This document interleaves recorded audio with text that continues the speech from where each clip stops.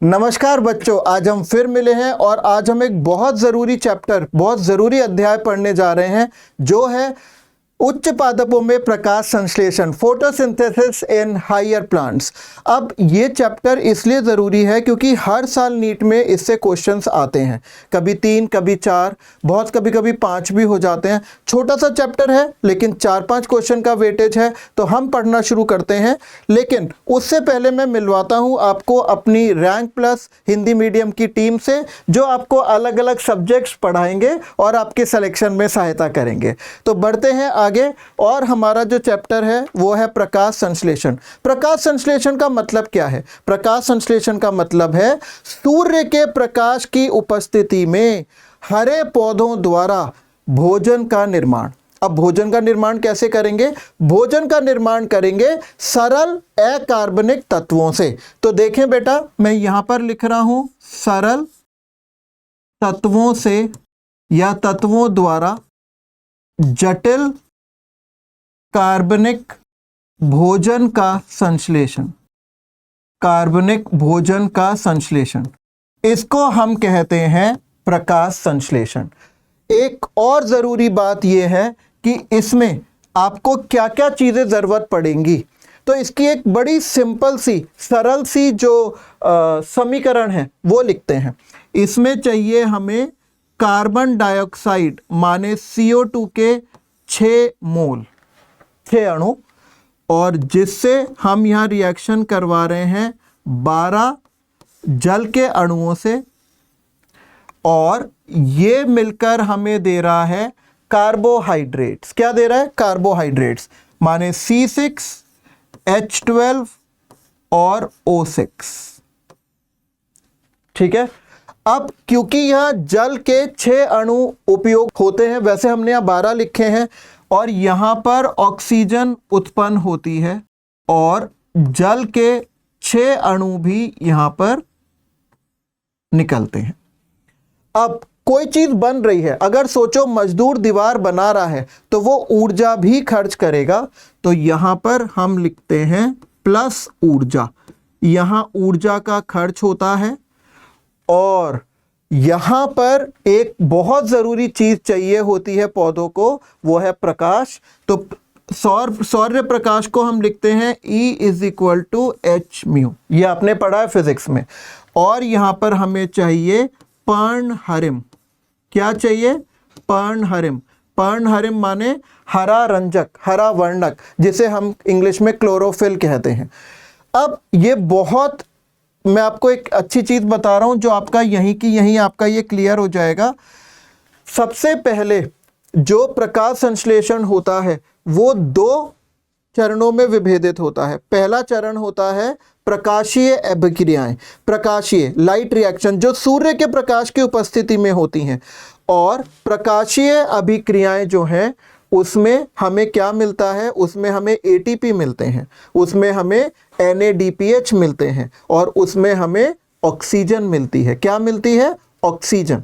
ठीक है।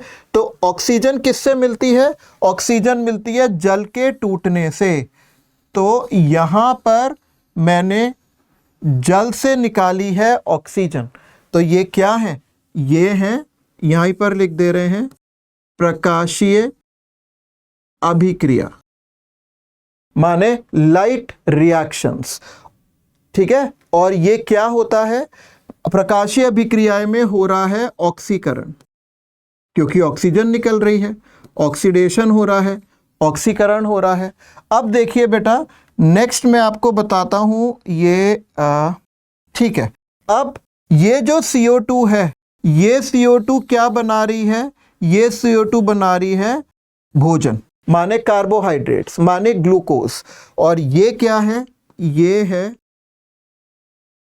अप्रकाशीय अभिक्रिया। अप्रकाशीय अभिक्रिया माने ये हो रहा है अपचयन। अपचयन माने रिडक्शन। ठीक है। तो ऑक्सीकरण भी हो रहा है और अपचयन भी हो रहा है। इसलिए जो प्रकाश संश्लेषण है वो कैसी अभिक्रिया है?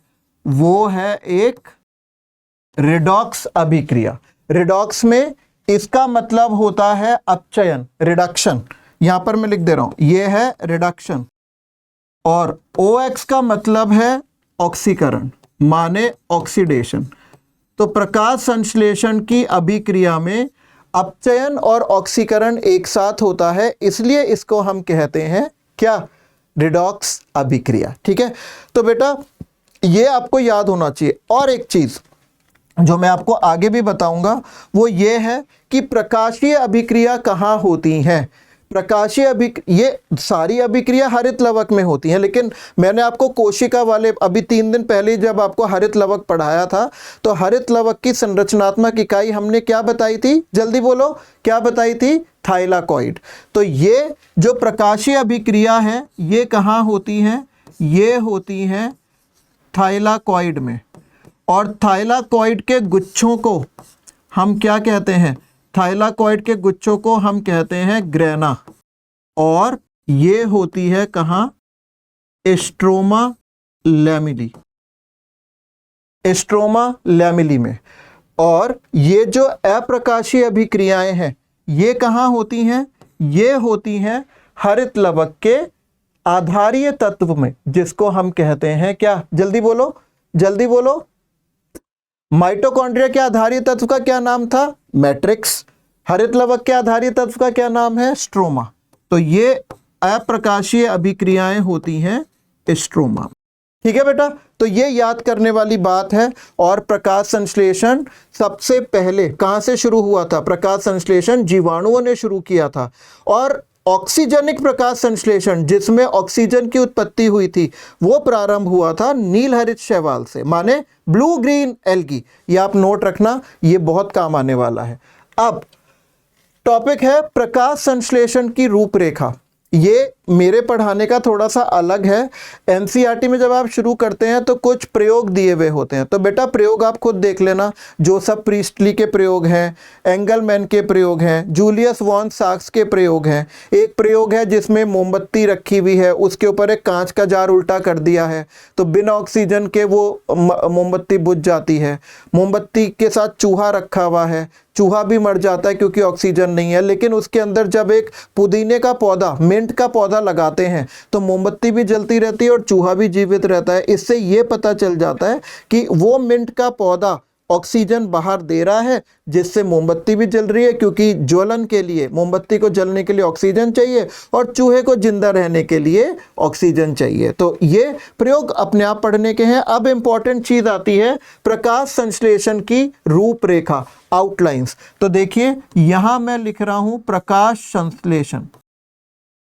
ये जो प्रकाश संश्लेषण है ये हम 2 स्टेप्स में बांटते हैं। पहला स्टेप है प्रकाशीय अभिक्रिया। प्रकाशीय अभिक्रिया को हम कहते हैं लाइट रिएक्शन। क्या कहते हैं हम कहते हैं लाइट रिएक्शंस। और दूसरी होती हैं अप्रकाशीय अभिक्रियाएं। अप्रकाशीय अभिक्रियाएं माने डार्क रिएक्शन। प्रकाशीय अभिक्रियाएं तो सिर्फ प्रकाश की उपस्थिति में ही होती हैं, लेकिन अप्रकाशीय अभिक्रियाएं कभी भी हो सकती हैं, लेकिन वो प्रकाश पर प्रत्यक्ष रूप से निर्भर नहीं रहती हैं, मतलब डायरेक्टली निर्भर नहीं रहती हैं। दिन में भी होती हैं, रात में तो होती ही हैं। लेकिन अब प्रकाशीय अभिक्रियाएं जो हैं वो बहुत चरणों में होती हैं। सबसे पहला इसका चरण होता है नंबर 1, प्रकाश भौतिक अवस्था। प्रकाश भौतिक अवस्था माने फोटोफिजिकल फेज। Photophysical phase. इस प्रकाश भौतिक अवस्था में क्या होता है, बहुत सिंपल है। आपको पता है प्रकाश संश्लेषण कहाँ होता है, लवकों में। लवकों की संरचनात्मक इकाई क्या है, थाइलाकॉइड। लेकिन लवकों की क्रियात्मक इकाई क्या है, क्वांटासोम। ये मैंने आपको कोशिका जीवन की इकाई में बताया था। ये जो क्वांटासोम है ये क्या करते हैं, प्रकाश की तरंग दैर्ध्यों को अवशोषित करते हैं। क्या करते हैं, अवशोषित करते हैं, और ये उत्तेजित हो जाते हैं और इलेक्ट्रॉन्स निकालना शुरू कर देते हैं। हाँ या ना।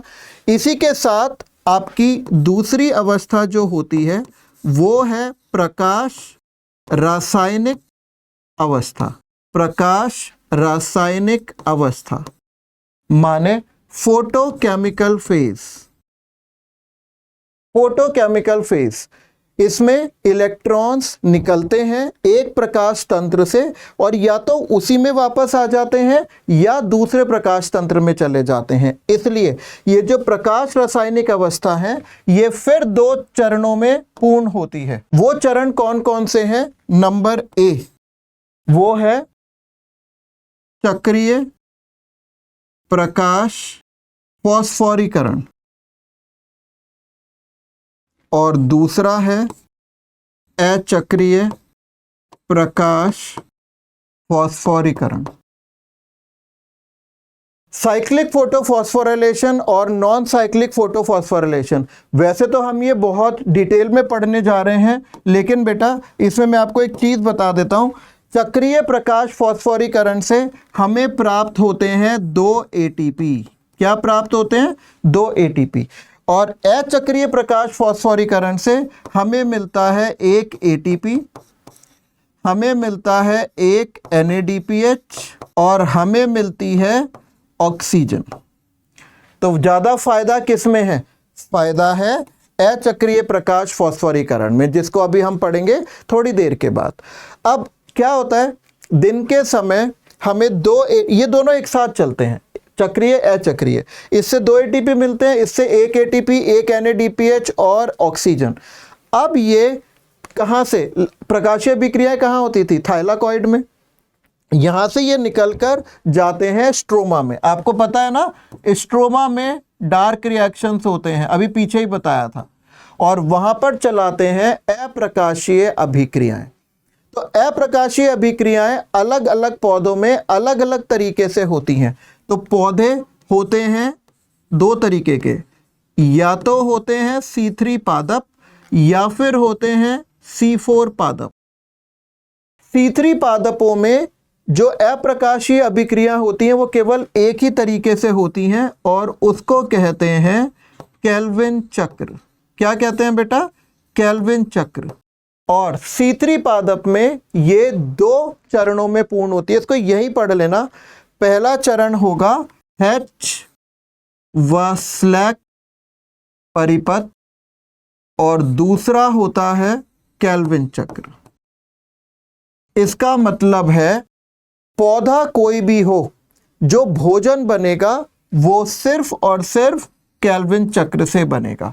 अब C4 पादपों में हैच और स्लैक परिपथ क्यों होता है, ये आपको तभी पता चलेगा जब हम हैच और स्लैक परिपथ पढ़ेंगे। तो ये एक रूपरेखा है, एक कॉमन प्लान है, जिससे आपको पूरा चैप्टर, जो आपका पूरा अध्याय है, वो इसी कहानी के आसपास घूमता रहेगा। ठीक है, तो बढ़ते हैं आगे।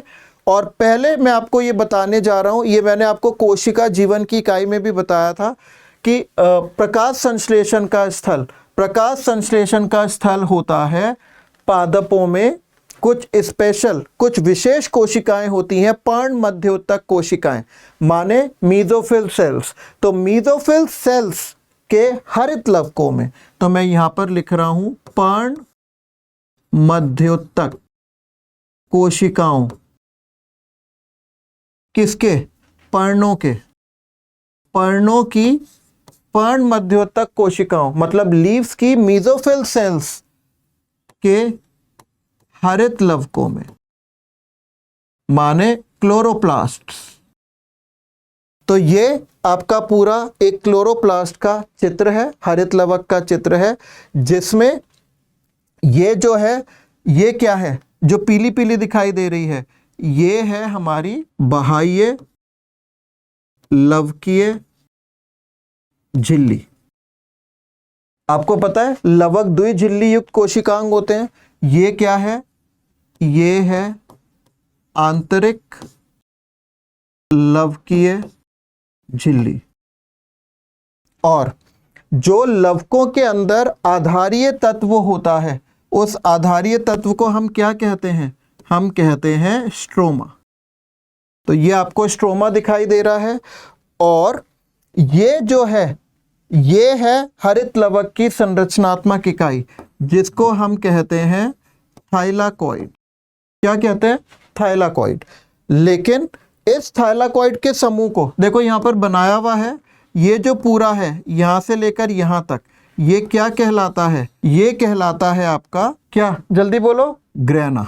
वैसे ग्रैनम कहते हैं, और इस ग्रैनम का बहुवचन क्या होता है? बहुवचन है ग्रैना। बहुवचन क्या है? बहुवचन है ग्रैना।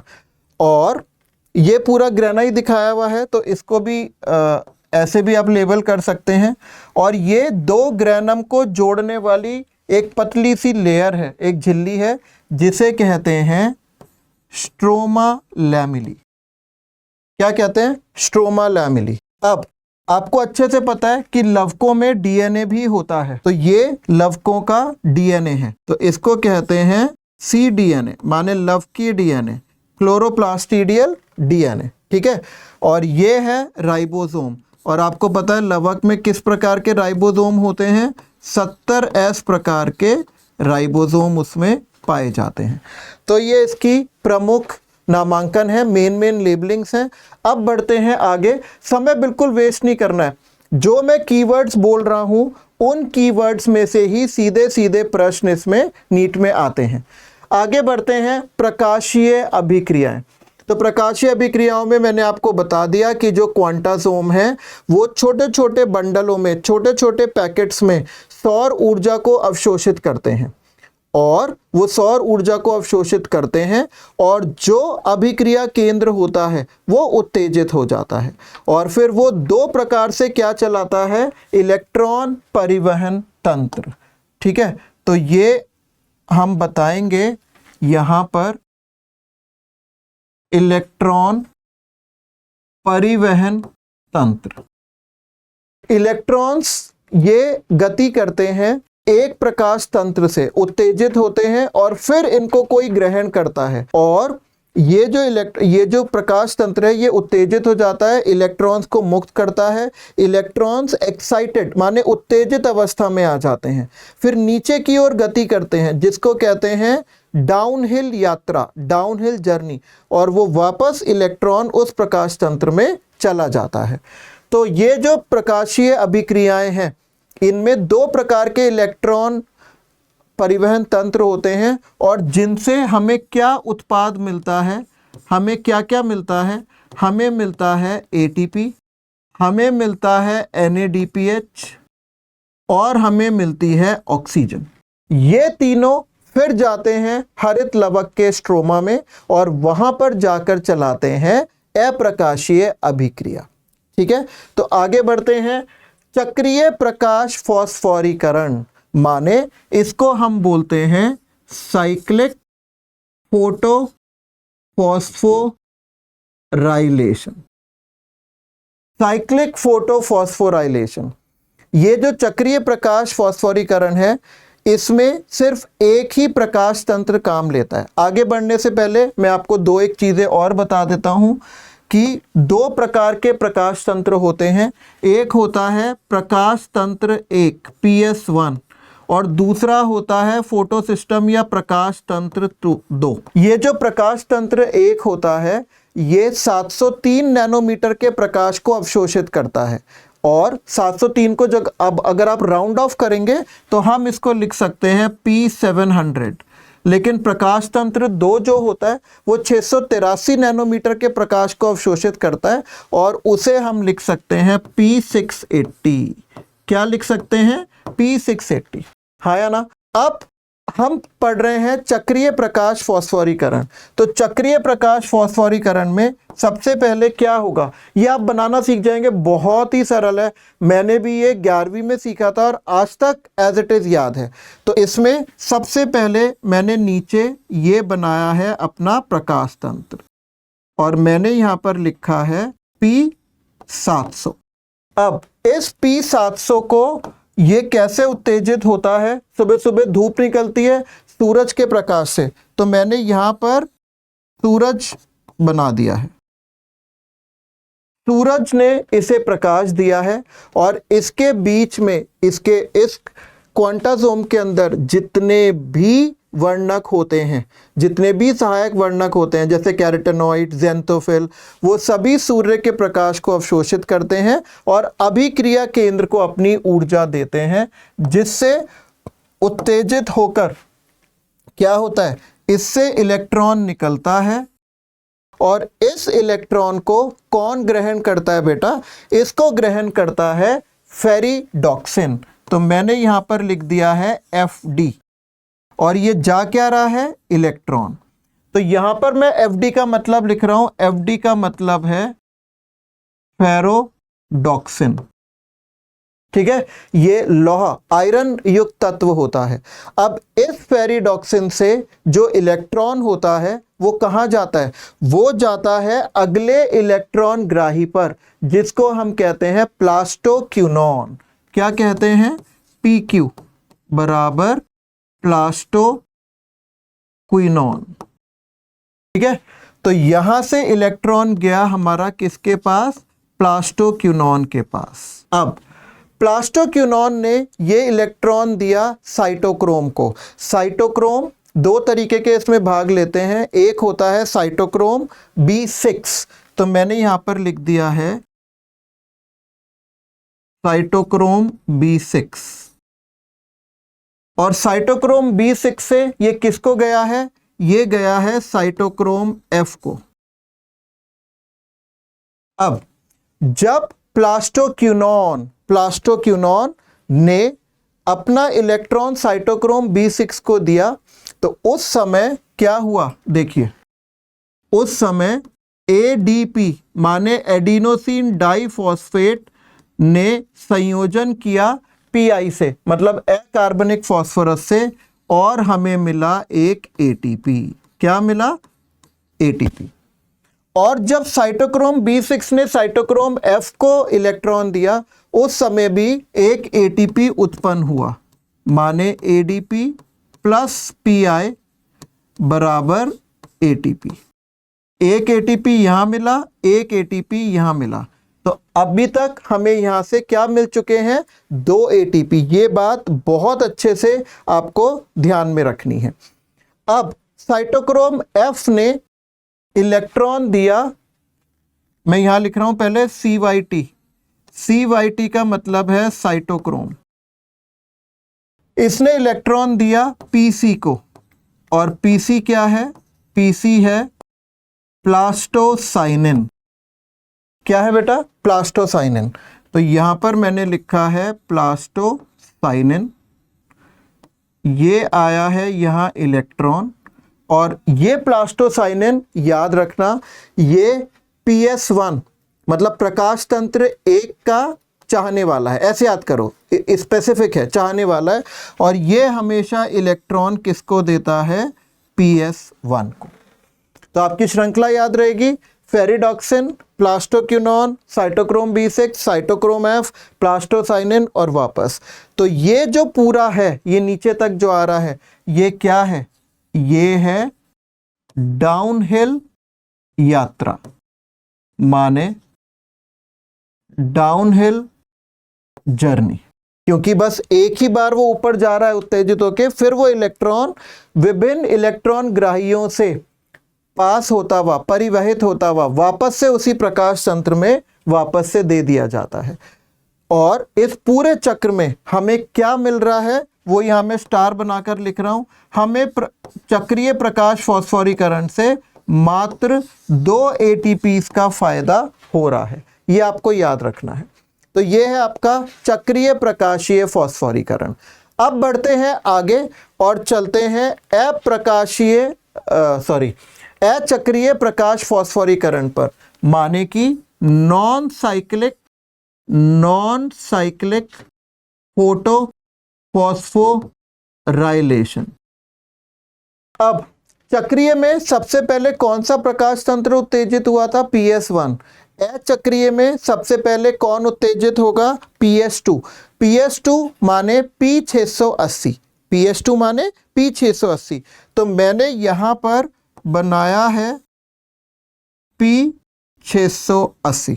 अब यहां पर भाई सूर्य का प्रकाश है, तो सूर्य तो हमें बनाना ही पड़ेगा, तो मैंने यहां पर वापस से बना दिया है सूर्य। बेटा अचक्रीय में सबसे पहली जो चीज होगी वो होगी जल का प्रकाशीय विघटन। याद रखना, फोटोलाइसिस ऑफ वाटर। और फोटोलाइसिस ऑफ वाटर कैसे होगा? सूर्य की प्रकाश की उपस्थिति में जो जल है, मैं यहां लिख रहा हूं H2O, जल किस में टूटेगा? जल टूटेगा आपके H+ में, माने 2H+ प्लस आधी ऑक्सीजन निकलेगी और 2 इलेक्ट्रॉन भी मुक्त होंगे। हाँ या ना? इसको कहते हैं जल का प्रकाशीय विघटन, फोटोलाइसिस ऑफ वाटर। और इसमें 2 खनिज तत्व जो भाग लेते हैं वो होते हैं मैंगनीज Mn2+ और क्लोरीन Cl-। क्लोराइड आयंस भाग लेते हैं और मैंगनीज भाग लेता है। तो जब ये P680 उत्तेजित होता है तो उत्तेजित होने के बाद इसके जो इलेक्ट्रॉन्स हैं, इनके इलेक्ट्रॉन्स को कौन ग्रहण करता है? इसके इलेक्ट्रॉन्स को ग्रहण करता है, उसको हम कहते हैं फेयोफाइटिन। क्या कहते हैं? मैं यहां पर लिख देता हूं, PHE का मतलब है फियोफाइटिन।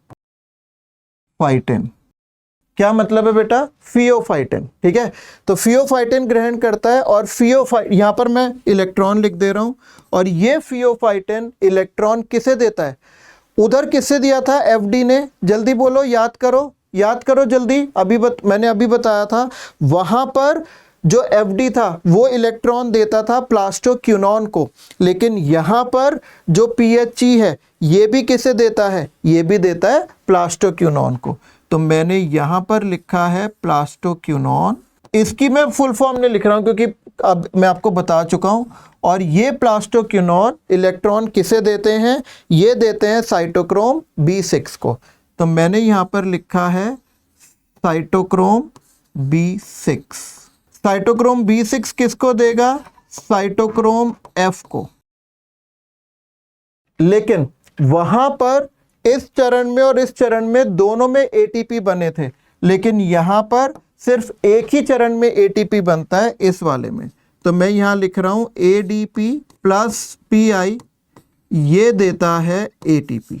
अब ये जो साइटोक्रोम F है ये इलेक्ट्रॉन किसे देगा? ये इलेक्ट्रॉन देगा प्लास्टोसाइनिन को। किसे देगा?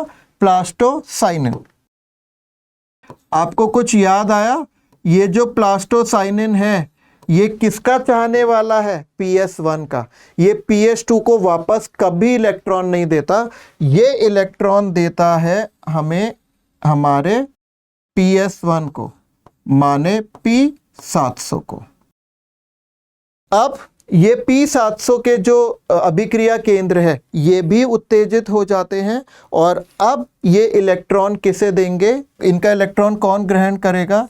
इनका इलेक्ट्रॉन ग्रहण करता है हमेशा FeS।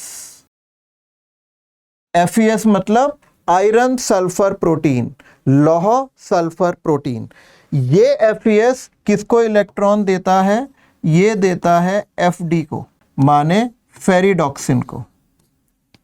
और ये फेरिडॉक्सिन जो इलेक्ट्रॉन देता है, उस इलेक्ट्रॉन को कौन ग्रहण करता है? देखो, इधर से ये आता है और यहां पर एक एंजाइम काम करता है NADPH रिडक्टेज,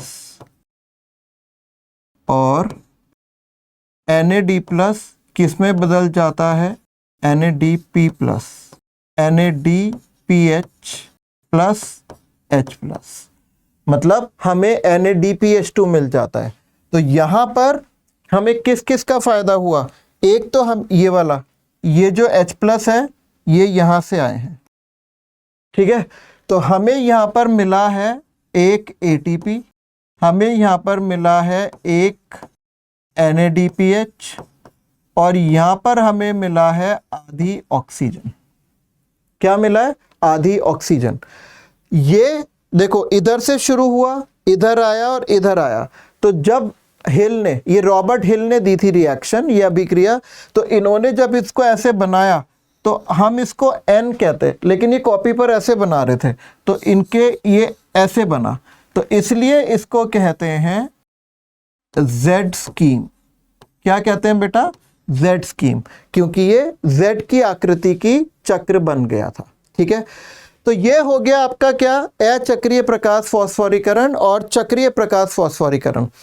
तो ये दोनों साथ साथ चलते हैं। आपको जो एनसीईआरटी में डायग्राम बनाया हुआ है, देखिए इधर मैं एक बार वैसे बना देता हूं। ऐसे क्या किया हुआ है, जैसे ये है आपका प्रकाश तंत्र 1, ये ऐसे चलेगा और ऐसे आ जाएगा, तो ये तो चक्रीय चल रहा है।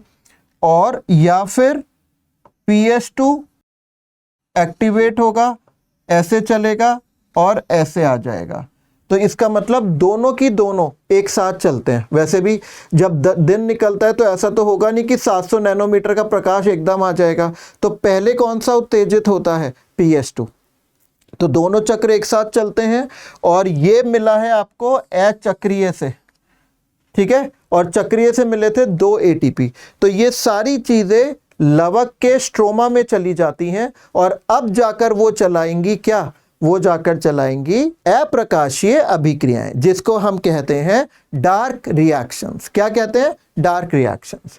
तो देखिए, अप्रकाशीय अभिक्रियाएं, अप्रकाशीय अभिक्रियाएं ये प्रकाश की उपस्थिति में हो भी सकती हैं, नहीं भी हो सकती हैं, लेकिन ये प्रत्यक्ष रूप से प्रकाश पर निर्भर नहीं करती। प्रत्यक्ष रूप से डायरेक्टली प्रकाश पर निर्भर नहीं करती, लेकिन इनडायरेक्टली तो करती हैं। इसलिए करती हैं कि अगर धूप नहीं होगी तो चक्रीय अचक्रीय प्रकाश फॉस्फोरीकरण होंगे नहीं, और वो नहीं होंगे तो ATP, NADPH और ऑक्सीजन मिलेगी नहीं, जो कि जरूरी है। तो ये इनका जो समय होता है, ये दिन में हर समय हो सकते हैं, दिन में हर समय हो सकते हैं, परंतु प्रत्यक्ष रूप से प्रकाश पर निर्भर नहीं करते। ठीक है, ये प्रकाश पर निर्भर नहीं करते हैं, राइट, प्रत्यक्ष रूप से। तो मैंने आपको बताया था कि अप्रकाशीय अभिक्रियाओं से ये होता है अपचयन, रिडक्शन, और CO2 से बन जाता है भोजन, माने कार्बोहाइड्रेट। तो अधिकांश पौधों में, उन पौधों में किससे बनता है? केल्विन चक्र से। तो उन पौधों को जिसमें केवल केल्विन चक्र चलता है हम कहते हैं C3 पादप। C3 पादप क्यों कहते हैं? पूरी कहानी हम सुनेंगे और बढ़ते हैं आगे। केल्विन चक्र, केल्विन चक्र जिन पौधों में होता है, वैसे तो केल्विन चक्र सब पौधों में होता है, लेकिन यहां पर हम बात कर रहे हैं C3 पादपों की। C3 पादप माने C3 प्लांट्स। ठीक है, तो बेटा हम आगे बढ़ते हैं C3 चक्र की ओर, केल्विन चक्र की ओर। इसके खोज करता है केल्विन और बेंसन, और इन्होंने अपने प्रयोग के लिए जो हरित शैवालों का उपयोग किया था, वो हरित शैवाल कौन कौन से हैं? वो हैं क्लोरेला और सेंडेस्मस। ठीक है, ये पूछा जाता है। अब केल्विन चक्र कहां पर होता है? स्थल आपको पता है, मैं बता चुका हूं, हरित लवकों के स्ट्रोमा में। पत्तियों की पर्ण मध्योतक कोशिकाएं, मतलब मीजोफिल सेल्स के हरित लवक, और हरित लवक के आधारीय तत्व स्ट्रोमा में होता है आपका केल्विन चक्र। तो बेटा केल्विन चक्र बनाते हैं, और हमारे क्या कहते हैं, स्ट्रोमा में पहले से ही एक तत्व उपस्थित होता है, और उस तत्व का नाम होता है राइबुलोज 1,5 बिसफॉस्फेट। क्या नाम होता है? राइबुलोज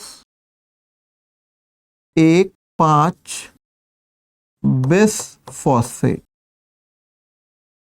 और अगर आपसे कोई पूछे कि इसमें कितने कार्बन होते हैं, तो हम साथ के साथ बताते जाते हैं, इसमें होते हैं 5 कार्बन। कितने कार्बन होते हैं? 5 कार्बन। तो इस राइबुलोज बिसफॉस्फेट में वातावरण से आकर क्या जुड़ती है? इसमें वातावरण से आकर जुड़ती है CO2, कार्बन डाइऑक्साइड, CO2, और जल भी आकर जुड़ता है। तो CO2 का जुड़ना, CO2 का जुड़ना क्या कहलाएगा? कार्बोक्सीकरण। तो यहां पर जो पहला चरण हो गया वो है कार्बोक्सीकरण, माने कार्बोक्सिलेशन। और इस कार्बोक्सीकरण को उत्प्रेरित करता है एक एंजाइम, और उस एंजाइम का नाम है रुबिस्को। रुबिस्को ऐसे ही लिखते हैं जैसे मैंने लिखा है, और हिंदी में लिखना हो तो ऐसे, ठीक है। तो बेटा एक कार्बन जुड़ गया है ना, 5 कार्बन में CO2 का एक कार्बन जुड़ गया, तो जो तत्व बना उसका नाम है 3 फॉस्फोग्लिसरेट। 3 फॉस्फोग्लिसरेट में कितने कार्बन होते हैं? इसमें कार्बन होते हैं 3। कितने कार्बन हुए? 3। लेकिन होने तो 6 कार्बन चाहिए थे। 5 कार्बन यहां से आए, एक कार्बन यहां से आया, 5 + 1 6 होते हैं। लेकिन 3 फॉस्फोग्लिसरेट में होते हैं 3 कार्बन। इसका मतलब 3 कार्बन के 2 अणु बनेंगे। तो मैंने 2 से यहां गुणा का साइन लगा दिया। अब ये 3 फॉस्फोग्लिसरेट ये बदलता है एक और तत्व में जिसका नाम है ट्राइओस फॉस्फेट। ट्राइओस फॉस्फेट। और ट्राइओस फॉस्फेट तो वो होता है जिसमें ट्राइओस 3 कार्बन वाले शुगर की चेन हो, ट्राइओस, याद है? ट्राइओस, टेट्रोस, ऐसे। तो और फॉस्फेट जुड़ा हुआ हो, तो ट्राइओस फॉस्फेट जो उसमें बनता है उसका नाम है राइबुलोस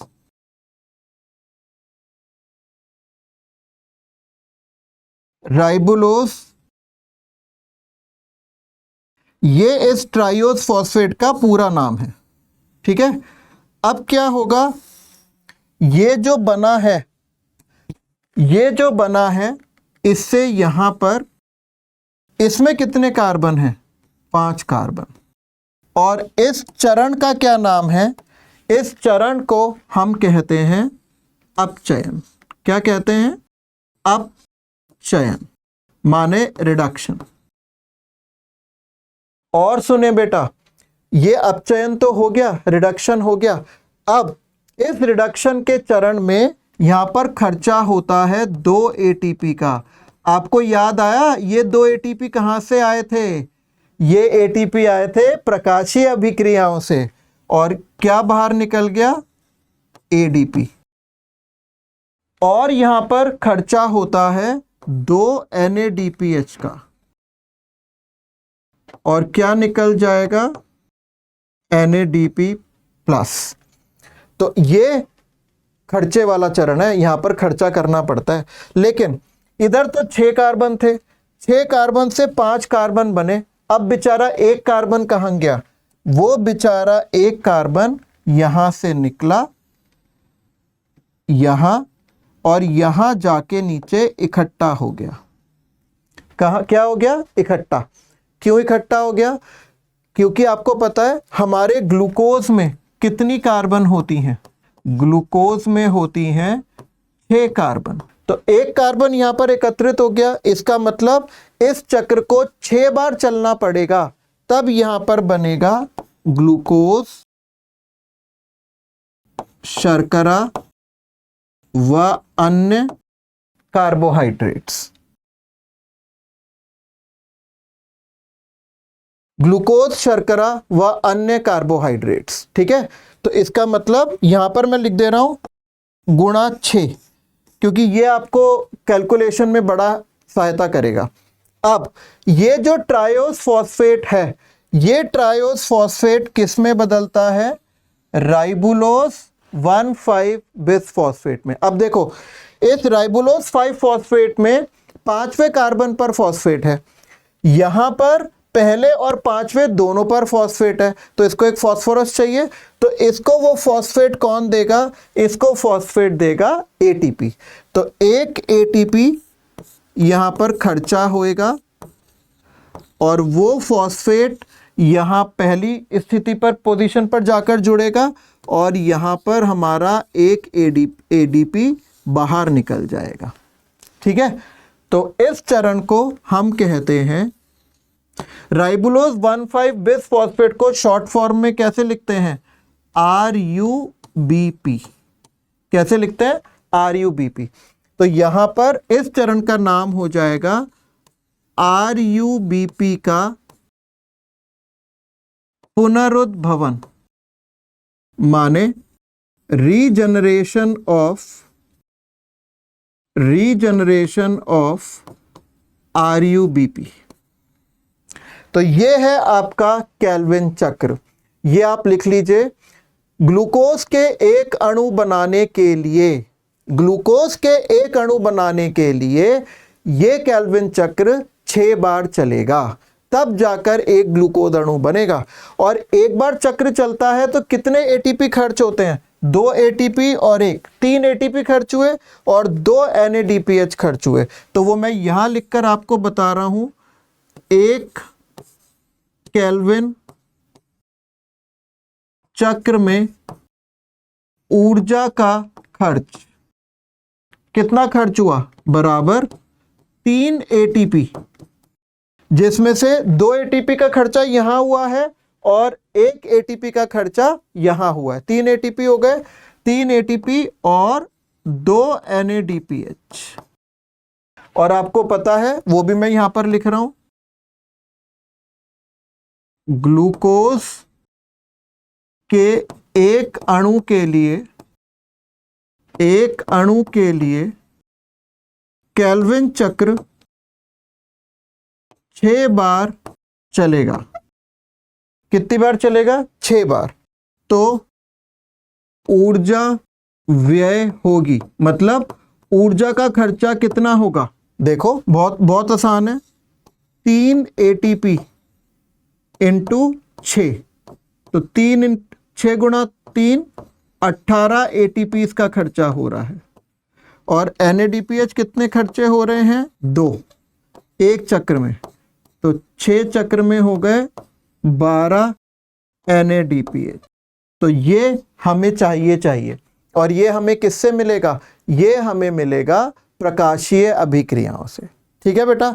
तो अब ये सब करने के बाद इसमें जो एक बहुत महत्वपूर्ण चीज है, बहुत इंपॉर्टेंट चीज है, वो क्या है? वो है आपका रुबिस्को। क्या है? रुबिस्को। तो अगला टॉपिक जो हम पढ़ेंगे वो हम पढ़ेंगे रुबिस्को का महत्व। ठीक है, क्या पढ़ेंगे? रुबिस्को का महत्व। क्योंकि ये रुबिस्को एक ऐसी प्रोटीन है जो पृथ्वी पर सबसे ज्यादा है। हरित लवक की कुल प्रोटीन्स का 16% होता है रुबिस्को। इसका मतलब पूरे ब्रह्मांड में सबसे अधिक मात्रा में पाया जाने वाला प्रोटीन युक्त एंजाइम है रुबिस्को। तो चलते हैं रुबिस्को क्या महत्व के लिए पढ़ने। तो बेटा, मैंने आपको जैसे केल्विन साइकिल पढ़ाई थी, अब मुझे आपको बताना है इस एंजाइम के बारे में। यही एंजाइम है जो हमारे प्रकाश संश्लेषण के लिए सबसे अच्छा एंजाइम है। तो अब है रुबिस्को का महत्व। तो पहले मैं आपको बताऊंगा रुबिस्को की फुल फॉर्म क्या है। जल्दी बताओ, आप लोग को पता होना चाहिए बच्चे। रू का मतलब है राइबुलोज। ठीक है। बिस का मतलब है बिसफॉस्फेट।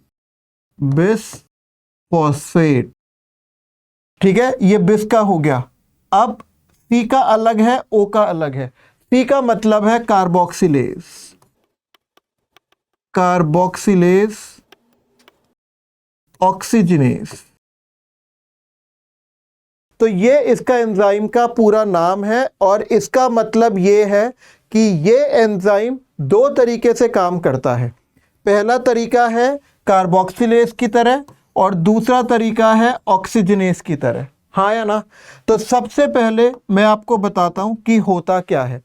तो यहां पर हमारा एक तत्व था जिसका नाम था RUBP। RUBP की फुल फॉर्म आपको पता है, मैंने आपको केल्विन चक्र में बताई थी, राइबुलोज 1,5 बिस फॉस्फेट।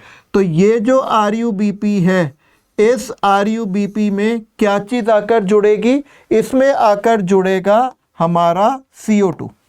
क्या जुड़ेगा? CO2। तो अगर RUBP में CO2 आकर जुड़ता है तो इस RUBP में CO2 तो आकर जुड़ा, और यहाँ पर एंजाइम कौन सा काम किया, रुबिस्को। तो यहाँ पर CO2 जुड़ा है तो क्या काम करेगा, कार्बोक्सिलेज वाला तत्व सक्रिय हो जाएगा और ये क्या बना देगा, ये बना देगा 3-फॉस्फोग्लिसरेट, 3-फॉस्फोग्लिसरेट। और ये 3-फॉस्फोग्लिसरेट जो बना है तो इसका मतलब यहां पर कौन सी क्रिया हुई, यहां पर हुई कार्बोक्सीकरण, माने कार्बोक्सिलेशन। और आपको पता है अब तो पूरा क्या चलेगा, अब पूरा केल्विन चक्र चलेगा और इससे आखिरी में जाकर RuBp बन जाएगा। और ये पूरा क्या है, ये है केल्विन चक्र। लेकिन अगर CO2 की सांद्रता कम है, CO2 की कंसंट्रेशन कम है और ऑक्सीजन की सांद्रता ज्यादा है तो क्या होगा, अब इसमें आकर जुड़ेगी ऑक्सीजन और रुबिस्को का कौन सा वाला तत्व उत्प्रेरित हो जाएगा, ऑक्सीजनेस। और इससे क्या बनेगा, इससे बनेगा 2-फॉस्फोग्लाइकोलेट। क्या बनेगा, 2-फॉस्फोग्लाइकोलेट का एक अणु। और 2-फॉस्फोग्लाइकोलेट में कितने कार्बन होते हैं, 2 कार्बन, प्लस एक अणु बनेगा 3-फॉस्फोग्लाइकोलेट का, फॉस्फोग्लिसरेट का, सॉरी 3-फॉस्फोग्लिसरेट का, मतलब 3 कार्बन। तो यहां पर अगर ऑक्सीजन जुड़ी तो इसको हम क्या बोलेंगे, इसको हम बोलेंगे ऑक्सीजीनीकरण, ऑक्सीजीनीकरण माने ऑक्सीजनेशन। और जब रुबिस्को में ऑक्सीजीनीकरण होता है, जब कार्बोक्सीकरण होता है तो चलता है केल्विन चक्र, और जब ऑक्सीजीनीकरण होता है तो क्या चलता है, तो चलता है प्रकाश श्वसन, माने फोटो रेस्पायरेशन। और इस फोटो रेस्पायरेशन में होती है हानियां, इसमें खाना नहीं बनता। केल्विन चक्र से तो खाना बन जाएगा लेकिन इससे खाना नहीं बनता, उल्टे ऊर्जा का नुकसान हो जाता है। तो इसका मतलब ये जो रुबिस्को है, जब CO2 की मात्रा उपयुक्त होगी तो ये केल्विन चक्र चलाएगा, नहीं तो ये ऑक्सीजन से जुड़कर सारा कबाड़ा कर देगा, सारा नुकसान कर देगा। रुबिस्को हमारी पृथ्वी पे पाया जाने वाला सबसे अधिक मात्रा का प्रोटीन है। ये कुल लवकीय प्रोटीन, क्लोरोप्लास्टिडियल प्रोटीन का कितना होता है बच्चों, 16%। रुबिस्को 16% है, तो पृथ्वी पर सबसे ज्यादा पाया जाने वाला ये प्रोटीन है। ठीक, तो ये हो गया रुबिस्को का महत्व। अब मैंने आपको बताया था कि जो अप्रकाशीय अभिक्रियाएं हैं वो या तो केल्विन चक्र से चलती हैं या कुछ पौधे होते हैं जिनका नाम होता है क्या, जिनका नाम होता है C4 पादप। तो यहां पर मैं लिख रहा हूं C4 पादप, माने C4 प्लांट्स। और इन C4 प्लांट्स में एक विशेष प्रकार की शारीरिकी पाई जाती है, उस शारीरिकी को हम कहते हैं क्रेन्स शारीरिकी। क्या कहते हैं, क्रेन्स शारीरिकी, माने क्रेन्स एनाटमी। ठीक है, क्रेन्स एनाटमी ये एक विशेष प्रकार की शारीरिकी है। और इस शारीरिकी का क्या फायदा है, ये उन पौधों के लिए होती है जहां CO2 की सांद्रता वातावरण में कम होती है। तो वहां तो अगर ये ऐसी शारीरिकी नहीं होती तो वहां तो प्रकाश श्वसन से ही सारा नुकसान हो जाता। उस नुकसान को बचाने के लिए होती है क्रेन्स शारीरिकी। और इस क्रेन्स शारीरिकी में ये डायग्राम देखना, ये बहुत इंपॉर्टेंट है। और ये डायग्राम ऐसे बनता है। इस क्रेन्स शारीरिकी में 2 प्रकार की कोशिकाएं होती हैं बेटा। ये जो ऊपर वाली कोशिका है, जो ऊपर वाली कोशिका है, इसे हम कहते हैं पर्णमध्योतक कोशिका, पर्णमध्योतक कोशिका, माने मीसोफिल सेल। और जो नीचे वाली कोशिका है ये है पूलाच्छद कोशिका, पूलाच्छद कोशिका माने बंडल शीथ शेल। ये ऊपर पर्णमध्योतक, नीचे पूलाच्छद, ये बिल्कुल ऐसा लगता है जैसे मुकुट हो, मुकुट, सिर राजा होता है ना, सिर, फिर तो हो गया पुलाच्छद कोशिका और इसके ऊपर मुकुट हो गई पर्ण मध्योतक कोशिका। क्योंकि इसमें दो अलग अलग प्रकार की कोशिकाएं हैं तो इनके लवक भी अलग अलग होंगे, तो ऐसे लवकों को हम कहते हैं द्विरूपी माने डाइमॉर्फिक क्लोरोप्लास्ट। डाइमॉर्फिक क्लोरोप्लास्ट, ठीक है, डाइमॉर्फिक क्लोरोप्लास्ट। अब इसकी रिएक्शन देखते हैं, इसकी अभिक्रियाएं देखते हैं जो बहुत इंपॉर्टेंट है। सबसे पहले देखो ये C4 पादप कौन से हैं, अभी मैं आपको C3 और C4 में अंतर बताऊंगा। C4 पादप में आते हैं ज्यादातर एक बीजपत्री पादप, मक्का, ज्वार, बाजरा, रागी, ये सारी चीजें, मतलब गेहूं और चावल C3 पादप हैं, बाकी सारे एक बीजपत्री C4 हैं। गन्ना, घास, है ना, ये सब बांस का पेड़, ये सब C4 हैं। और द्विबीजपत्री कम ही होते हैं जो C4 होते हैं, मैं नाम बताऊंगा। तो ये पौधे ऐसे होते हैं जो CO2 की कम सांद्रता वाले क्षेत्रों में पाए जाते हैं। तो यहाँ पर वातावरण से CO2 अंदर आती है और किस रूप में बदलती है, ये बदलती है HCO3 में। किस में बदलती है, HCO3 में। हमारे पर्ण मध्योतक कोशिका में ही एक 3 कार्बन युक्त तत्व होता है जिसको हम कहते हैं PEP। ये मैं आपको पढ़ाऊंगा श्वसन वाले चैप्टर में। PEP की फुल फॉर्म लिख लो, फॉस्फोइनॉल पायरुवेट। इसमें कितने कार्बन होते हैं, 3 कार्बन। और इसमें कितने कार्बन हो गए, 1 कार्बन। तो 3 कार्बन और 1 कार्बन मिलाकर क्या बनाता है, 4 कार्बन वाला तत्व जिसका नाम है OAA माने oxalo acetic acid. Oxalo acetic acid, oxalo acetic अम्ल। और इसमें कितने कार्बन हैं, 4 कार्बन। और ये क्रिया कौन सा एंजाइम उत्प्रेरित करता है, इस एंजाइम का नाम है पेप्केज माने फॉस्फोइनॉल पायरुवेट कार्बोक्सिलेज। लिख लीजिए, फॉस्फोइनॉल पायरुवेट कार्बोक्सिलेज, ये एंजाइम का नाम है। और यहाँ पर ये OAA फिर किस में बदलता है, ये OAA आपका बदलता है फिर से 4 कार्बन वाले तत्व में जिसका नाम है मैलिक अम्ल। क्या नाम है बेटा, इसका नाम है मैलिक अम्ल। और इस मैलिक अम्ल में भी कितने कार्बन हैं, 4 कार्बन। अब ये मैलिक अम्ल, अच्छा, ये दोनों कोशिकाएं कुछ छिद्रों द्वारा जुड़ी हुई होती हैं और इन छिद्रों को हम कहते हैं, यहां पर लिख रहा हूं, इसको हम बोलेंगे प्लास्मोडेस्मेटा। प्लास्मोडेस्मेटा। तो बेटा यहां पर क्या हुआ, जब मैलिक अम्ल बना तो ये मैलिक अम्ल यहां से प्लास्मोडेस्मेटा के द्वारा नीचे आया और यहां पर आ गया मैलिक अम्ल। और मैलिक अम्ल में आपको पता है कितने कार्बन हैं, 4 कार्बन। यहां पर आप चाहें तो लिख दें परिवहन। अब ये मैलिक अम्ल बदलता है 3 कार्बन युक्त तत्व में जिसे हम कहते हैं पायरुविक अम्ल। इसमें कितने कार्बन होते हैं, 3 कार्बन। तो एक बात बताओ, 4 कार्बन वाला तत्व 3 कार्बन में टूटा तो 1 कार्बन निकलेगी, किस रूप में निकलेगी ये 1 कार्बन, ये कार्बन निकलेगी CO2 के रूप में। और ये CO2 यहां पर चलाएगी क्या, यहां पर चलाएगी केल्विन चक्र। और केल्विन चक्र से क्या बनेगा, भोजन। इसका मतलब पौधा चाहे जैसा भी हो, भोजन यानी कि कार्बोहाइड्रेट सिर्फ किससे बनेगा, केल्विन चक्र से ही बनेगा। तो अब ये हमारा जो पायरुविक अम्ल बना था, ये पायरुविक अम्ल वापस से प्लास्मोडेस्मेटा के द्वारा, इस छिद्र के द्वारा पर्ण मध्योतक कोशिका में जाएगा। यहां पर मैंने लिख दिया, ठीक है। इसमें कितने कार्बन हैं, 3 कार्बन।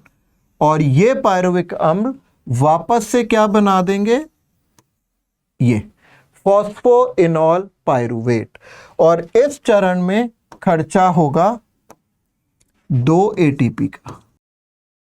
तो ये हमें ध्यान रखना है कि यहाँ पर 2 ATP का खर्चा होता है। इसका मतलब C4 पौधे वो पौधे हैं जिनमें प्रारंभिक CO2 स्थिरीकरण किस चक्र से होता है? C4 चक्र से।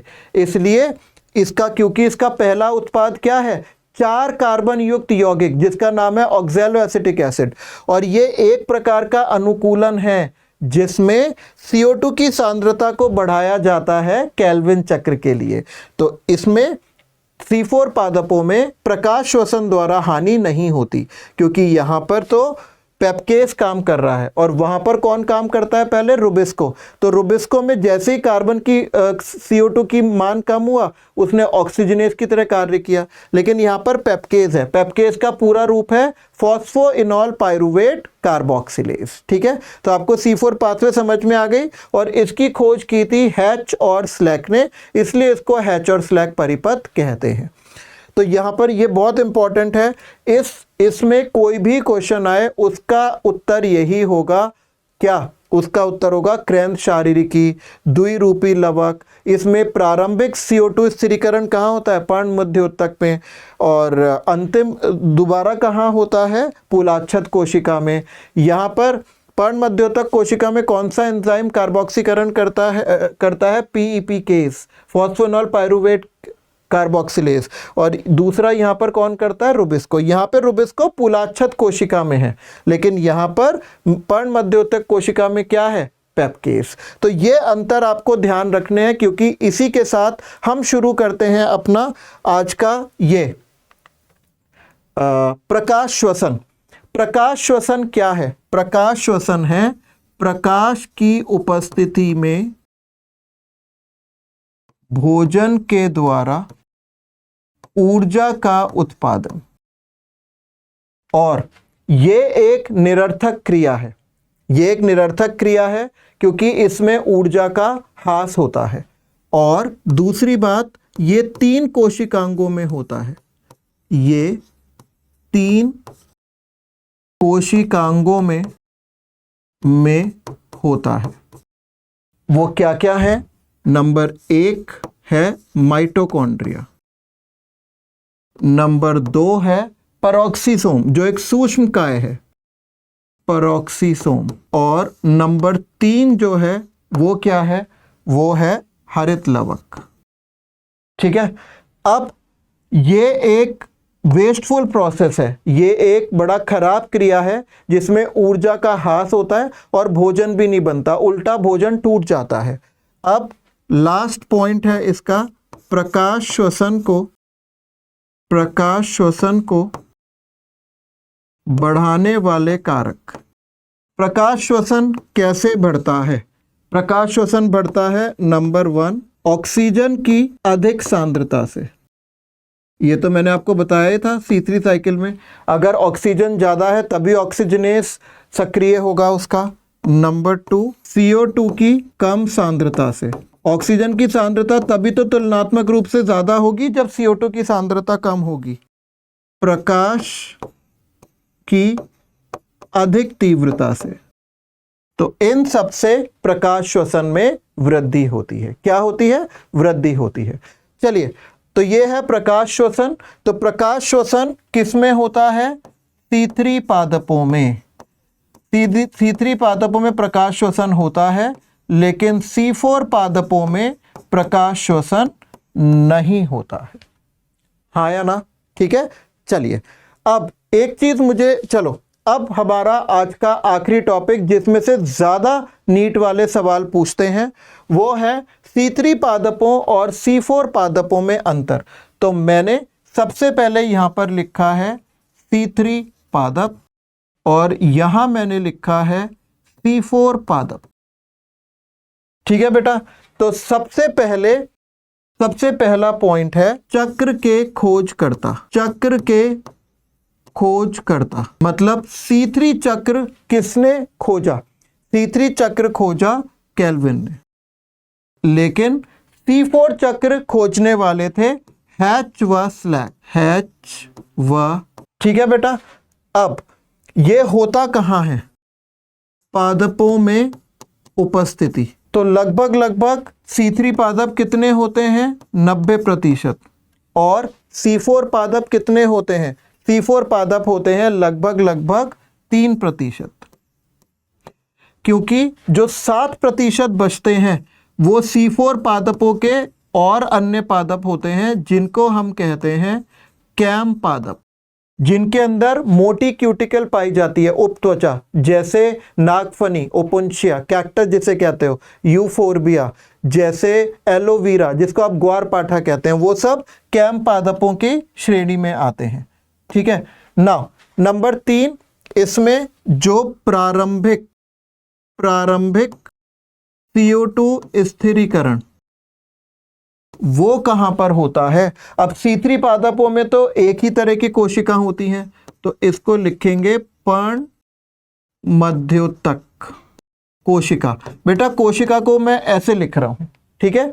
और C4 पादपों में भी HCO3 में कहां बदलता है? पर्ण मध्योतक कोशिका। ठीक बच्चे।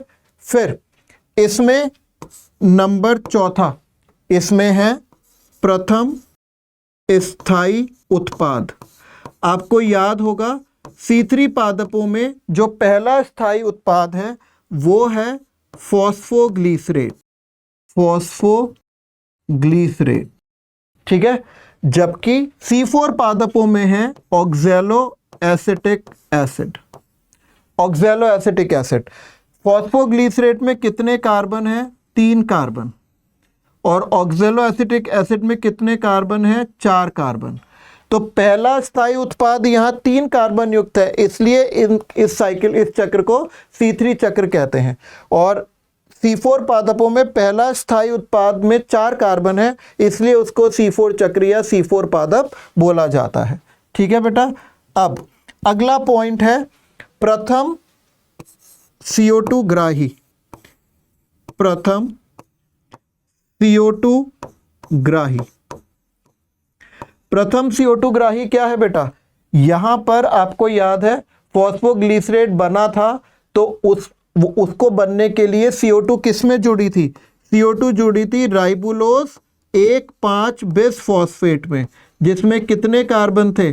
5 कार्बन। और यहां पर CO2 किस में जुड़ी थी?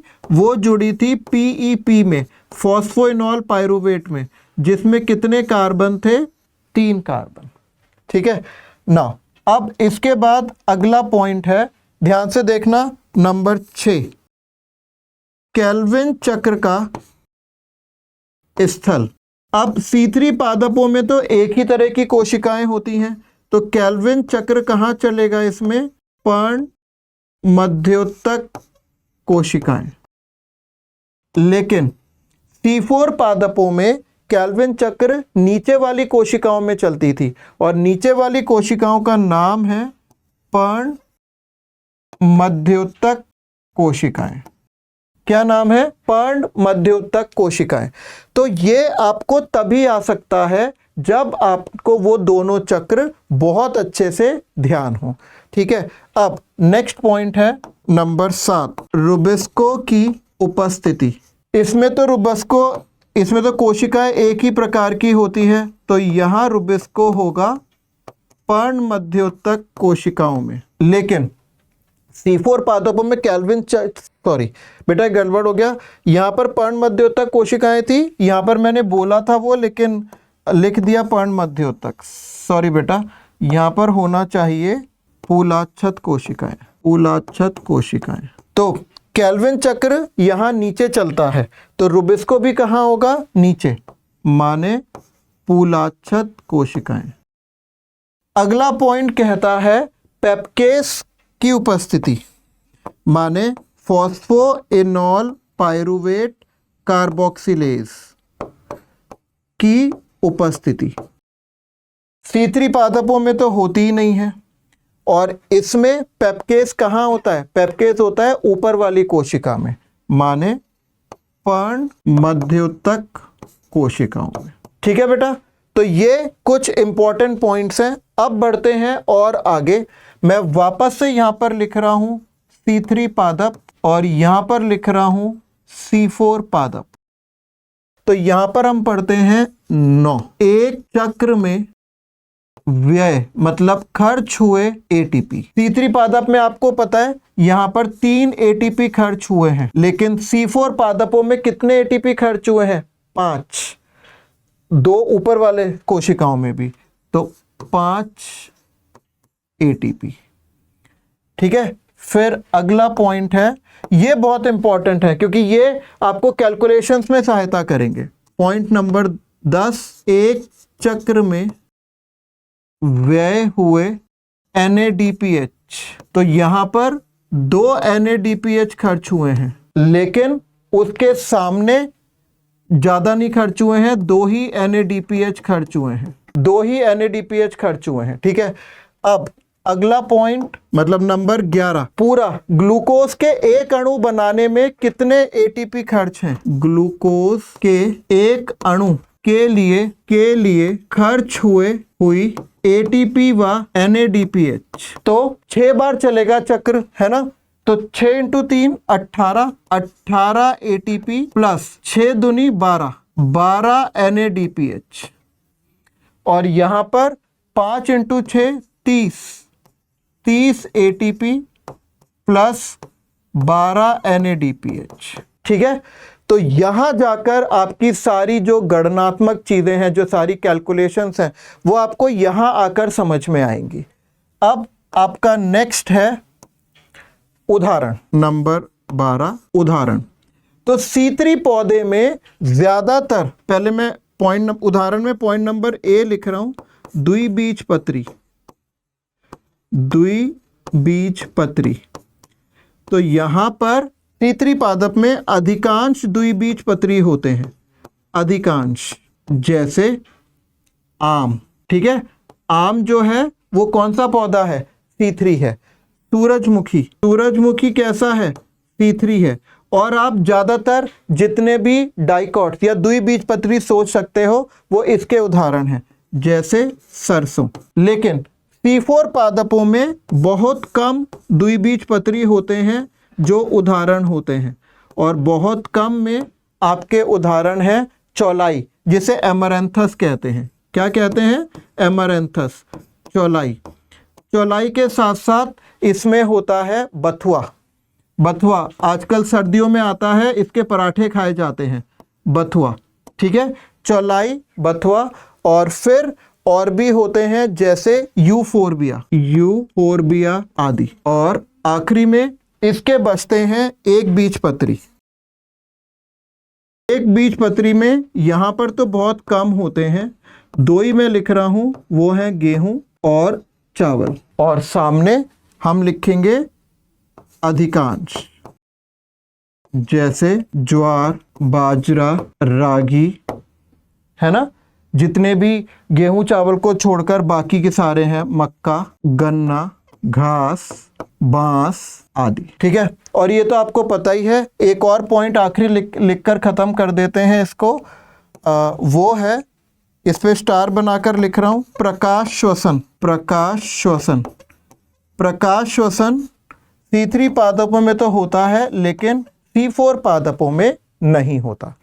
तो बेटा ये था हमारा आपका पूरा चैप्टर प्रकाश संश्लेषण। इसमें जो सबसे इंपॉर्टेंट पार्ट है, सबसे महत्वपूर्ण पार्ट है, वो है C3 और C4 पादपों में अंतर, और आपको केल्विन चक्र और C4 माने हैच और स्लेक जो चक्र है वो बहुत अच्छे से आना चाहिए। तो अच्छे से पढ़ें बेटा इसको, और कोई भी डाउट हो तो कमेंट सेक्शन में पोस्ट करें, मैं उसके आंसर आपको आज रात से पहले ज़रूर से दे दूंगा। ठीक है बेटा, पढ़ते रहिए और अच्छा सा स्कोर करते रहिए। तो आज के लिए इतना ही, ऑल द बेस्ट।